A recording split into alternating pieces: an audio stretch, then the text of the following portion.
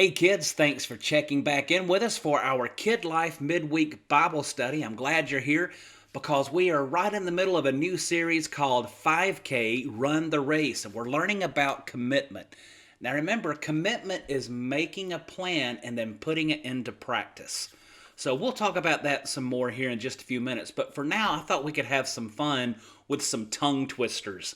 All right, so I'm going to say a phrase and then I want you to see how many times you can say it and how fast you can say it without messing up. All right, so I've got to try to say them without messing up so you know what to say. So this is going to be fun. All right, so the first little tongue twister is this: would words wound a woolly worm? Would words wound a woolly worm? Now see how many times you can say that without messing up. Would words wound a woolly worm? That one's kind of fun. All right, here's another one for you. Selfish Shelly sells shells. Selfish Shelly sells shells. See how many times you can say that one without messing up. Selfish Shelly sells shells. All right, here's a fun one. It's only two words. Peach speech. Peach speech. See how many times you can say that and try it fast. Peach speech. Peach speech. It gets harder the faster you go. All right, here's one for you. Truly Trudy tours towers. Truly Trudy tours towers. See how fast you can say that one. Some of you's laughing so hard right now you can't even try to say it. Truly Trudy tours towers. All right, this one's really fun and really hard. 6 sleek swans swam swiftly southwards. Yeah, you can't even understand what I'm saying. 6 sleek swans swam swiftly southwards. Yeah, try saying that one. All right, here's one. Wayne went to Wells to watch walruses. Wayne went to Wells to watch walruses. Wayne went to Wells to watch walruses. That one seems a little bit easier for me for some reason. I don't know. Last but not least. Lesser leather never weathered wetter weather better. Lesser leather never weathered wetter weather better. Yeah, that one's, these tongue twisters, I don't know. Hey, you can rewind it, watch it again, listen to some of them, see how many you can say. But for right now, if you didn't catch the lesson this past Sunday, it's okay. We've got the guys from the So-and-So show that'll recap that for us. But when you have a chance later, I encourage you, go back and watch this past Sunday's lesson about commitment, okay? But for now, let's listen to the guys at the So-and-So show.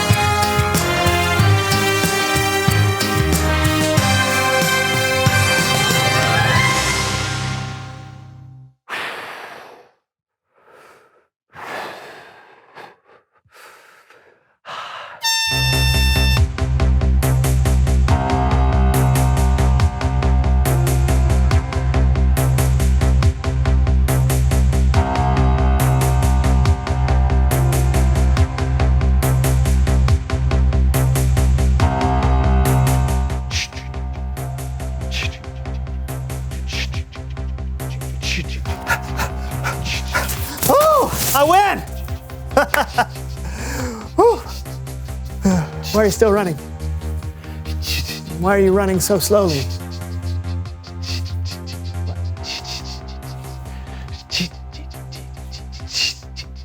Is it me? It's him, right?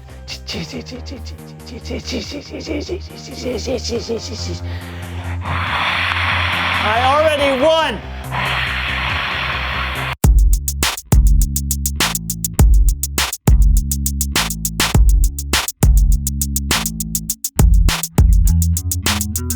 Hello, everyone. I am Brandon. And I'm John. And welcome to the So-and-So Show. Brandon, do you want to tell everyone out there what we're doing today? Sure. John is training me in the first and final annual blindfolded nose recorder three-legged race.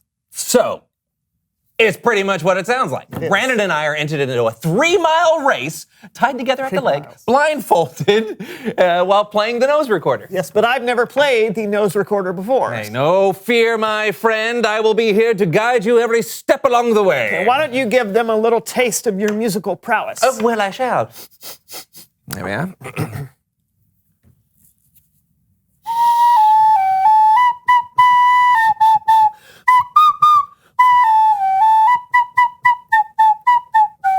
Thank you. Thank you. Beautiful. All right, let's get started. All right. First step. Take your nose recorder and place it in your nostril. Okay. Okay, I got. Now, what makes a nose recorder different than a normal recorder? It's played with your nose. Come on, focus. Okay. Okay. Okay, does that feel comfortable? Define comfortable. All right, I'll take that as a yes. Now give it a nice big, Okay. oh, no, okay, hold on. Put your fingers here, all right, just like that. Where? Yep, that's that? right. Yeah, go again. No, not there. You gotta cover there's a hole underneath with your thumb and a was hole doing on that. top. I got it. Listen. No. That's what I'm- No. It's like this. Even. No, you're not listening. Just stop that. What? What are you doing? I was getting it. No. Please welcome someone who knows stuff.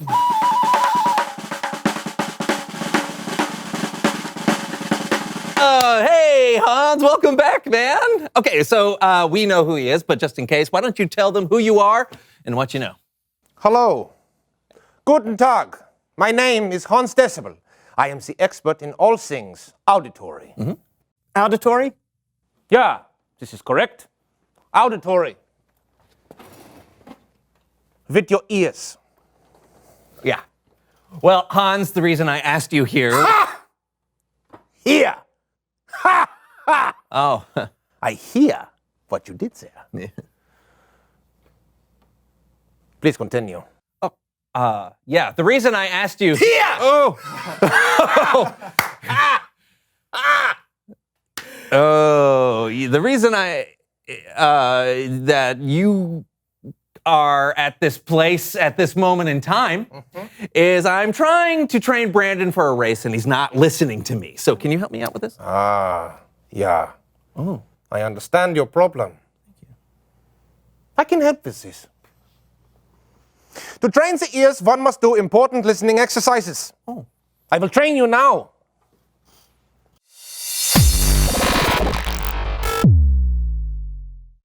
Deine first exercise will involve me saying a sentence, and you must repeat it after me. Oh, that sounds easy enough. While wearing headphones, playing white noise in your ears. Oh, wow. Yeah, wow. There are many distractions in our world. We must train our ears to hear through the noise. And yes, you at home can play as well. Listen carefully and see if you can hear what are the words I say. Headphones on! Oh, headphones on. Please.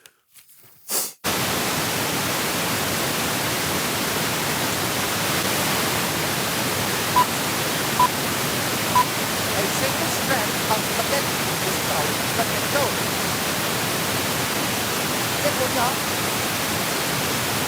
Sehr gut. Do you know what I said, Brand? I don't think so, but I'll try. A famous friend of spaghetti has spaghettos. Nine. No. Jon? A famous chunk of spaghetti was found in the snow. Nine. Also wrong. The sentence first. A single strand of spaghetti is called spaghetto. Oh, You were so close. I was. Nine. Not close at all. For our next training exercise, I will play an audio recording of 3 completely different words being said at the exact same time. All right, bring it on. Let's do it. Headphones on, Okay. please. Connected to that. Are you ready? Yeah. Let us begin. Basketball. No, can we? Yeah, can you play it again? Yeah, I can do this. Basketball. Okay. Brad? I think it's basketball, spaceship, and dinosaur. 9. No. This is wrong. Okay. I think it's basketball. Learn to share. And 9. Okay. This is wrong. What do you think it was? I can't hear you. Louder. They don't. you won't. 9. I can't hear you. The right answer was newspaper, rocking chair, basketball. Oh, we got one. That's hard. Your ears are still not trained. For our final exercise, we will need this. Okay. Here are the rules. I will show Jon a word. You will both step up to the aquarium. You will dunk your heads under the water. Jon will yell the word to you. Okay. Okay. All right. Step up. Oh. Here is the word. Oh boy. Okay. Here we go. Ready? And are you ready? Oh, yeah. Okay. In 3, 2, 1, go.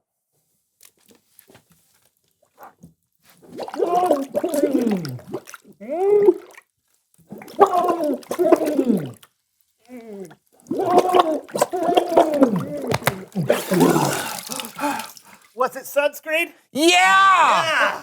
You are making progress, Brand. Did you get it too?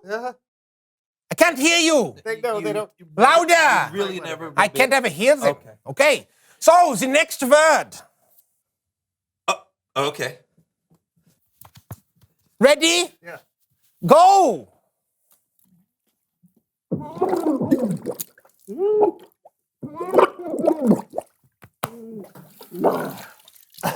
Is it pineapple? Oh. 9. What was The it? answer is platypus. Oh, platypus. Okay. Yeah. That's a hard one. But good job on the first one. Thank you. Did you get that one? Platypus?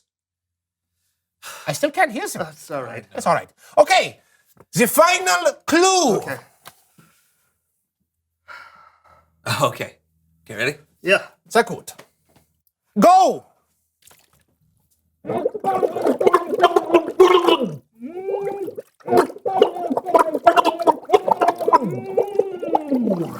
I know this one. It's Bible story time with Kellen. Huzzah!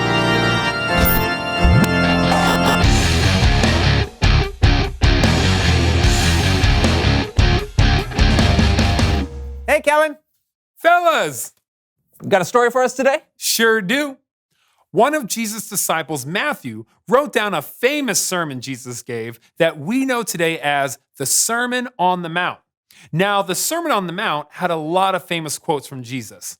Things like, "You are the light of the world," "Love your enemies," and "When you give, don't let your left hand know what your right hand is doing." At the end of the sermon, Jesus told a story about a wise builder and a foolish builder. And here to help me tell the story are my friends Becky and Bathilda. After his sermon, Jesus said, "So then, everyone who hears my words and puts them into practice is like a wise builder." All right. Oh, that's good. Okay. That's really good too. Okay, this is a really good house. Where should I build it? Let's see. I can't really see the ground, so yeah. Sand. That'll never work. Perfect! Okay. So the person who hears what Jesus says and does what Jesus says is like a wise builder who builds their house on the rock. Then there's the foolish builder. All right. Yeah, sure. Oh, this is a good house. Yeah, definitely. Now, where should I build it? Nope. Too many trees. Too rocky. This is nice. Take a look at this perfect beachfront property where you can build your next dream house, complete with views of the ocean on 3 sides. Why hasn't anyone built here before? We don't know, but their loss is your gain. Get it today for half price. Half price? Is there something wrong with it? Nothing's wrong with it. Would I lie? Sold. Jesus said the person who hears what he says, then doesn't do what he says, is like a foolish builder who builds their house on the sand. Both kinds of builders know how to build their houses. But what matters is the foundation. Because Jesus said, when the rain comes down, when the water rises, and then winds blow and beat against the houses, the house built on the sand will fall with a loud crash. But the house built on the rock will not fall. Oh no! I really should have built on the rock. The end. Great story, Kellen. I'm gonna go build a house today on a strong foundation. Okay, but the story really wasn't about building houses. Oh, Right, it's about hearing what Jesus says, and not just hearing his words, but actually putting them into practice. That's how you build on a strong foundation. why? Oh, I think you've got it. Thanks, Kellen. No doubt. I'll see you guys next time. yeah, later. You know, John, it's a good thing that Hans was here earlier to train me how to listen. Oh, yeah? Hey, you ready to take another stab at the nose recorder? No, but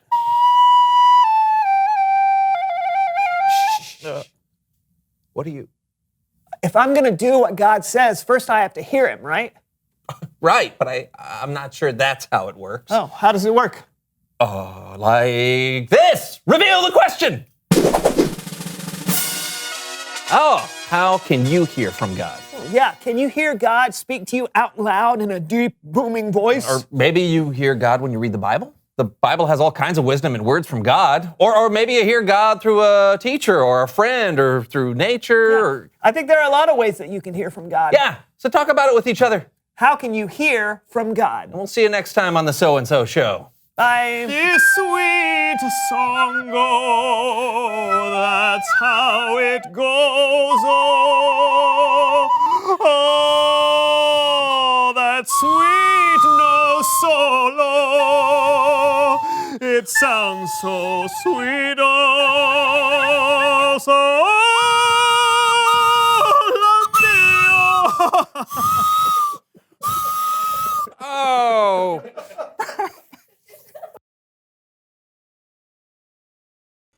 All right, guys. Well, thanks as always to all those guys over at the So and So Show for helping us catch up on our lesson. Look, if you didn't have a chance to watch this past Sunday, it's okay. Just go back and watch it a little bit later because it'll help you out, I promise. You know, when we started out today, we did some tongue twisters, trying to say those things really fast, like, would words wound a woolly worm? Yeah, well, here's the thing. If we kept practicing at those tongue twisters, do you think we would get better at saying them, or would we stay the same? Yeah, of course, we'd get better. Now, it doesn't mean that we would perfect them and never mess up. It just means we would get better at saying them without messing up as much. So let's think about that in relation to our lesson and what we're learning this month about commitment. Now, in our Bible story, Jesus said some things that I want us to remember. First, he said, everyone who hears my words and puts them into practice is like a wise man. He builds his house on the rock. Now, what did Jesus say would happen to the man who builds his house on the rock? Yeah, when a bad storm comes, the house is going to stand firm. It's not going to shake or rattle or fall over or anything like that. It's on a solid, strong foundation. All right, but another thing that Jesus said today is everyone who hears my words and does not put them into practice is like a foolish man. He builds his house on sand. Well, what did Jesus say would happen to the man who builds his house on sand? Yeah, during a storm, it would fall with a loud crash. I mean, just kersplat. It would not exist. So, why do you think then that it's important for us to practice hearing from God? Well, let me ask you this before I answer that question. We ask this question a lot in Grace Kids. When we pray, who are we talking to? God. But how does God speak to us? Through the Bible. So why do you think it's important for us to practice hearing from God, reading the Bible, and letting His words speak to us? Well, the more we read the Bible, the more wisdom we gain. We understand God's ways.